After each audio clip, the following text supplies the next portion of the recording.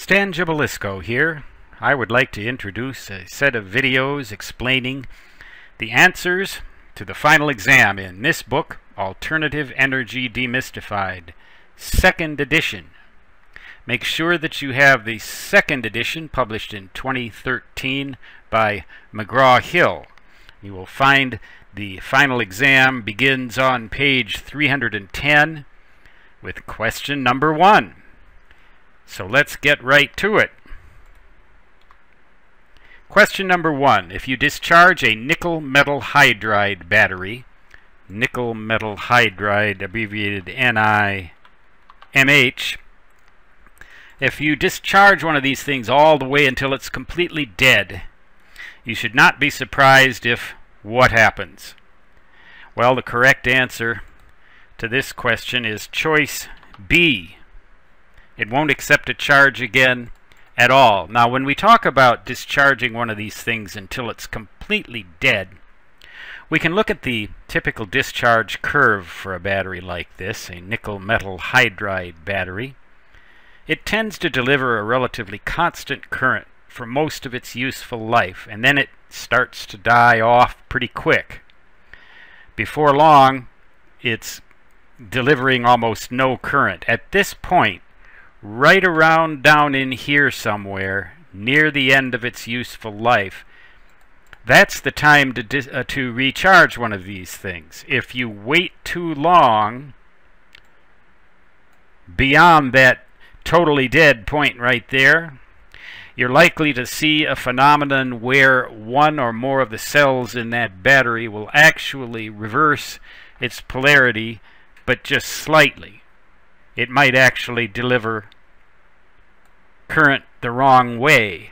Once that happens, if this ever occurs in a nickel-metal-hydride battery, if any of the cells ever experience that misfortune, this battery is done for. You might as well throw it away.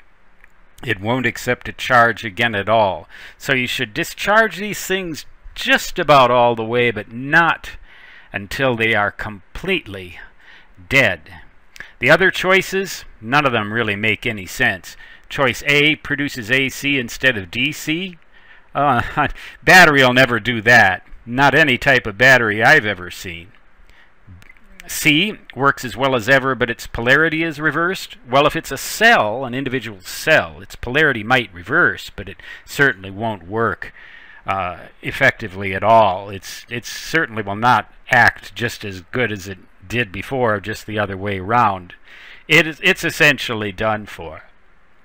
D, ruptures or explodes. Well, no, that isn't going to happen with one of these kind of batteries. Now, if you short out a lithium battery, if you take a lithium, now you've heard of these things. They have largely replaced nickel-metal-hydride and nickel-cadmium, the older nickel-based batteries, in many applications these days. Lithium batteries.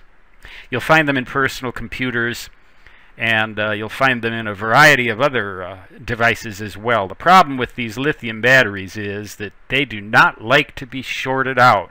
If you short out one of these things, it could catch fire, or it could even blow up.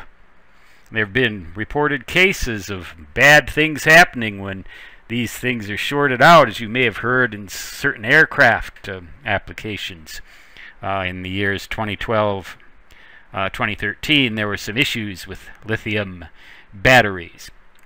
So choice E, any of the above, will obviously not. So once again, the correct answer to this question is B. It won't accept a charge again at all. With that, I wish you luck. You only got 99 questions to go.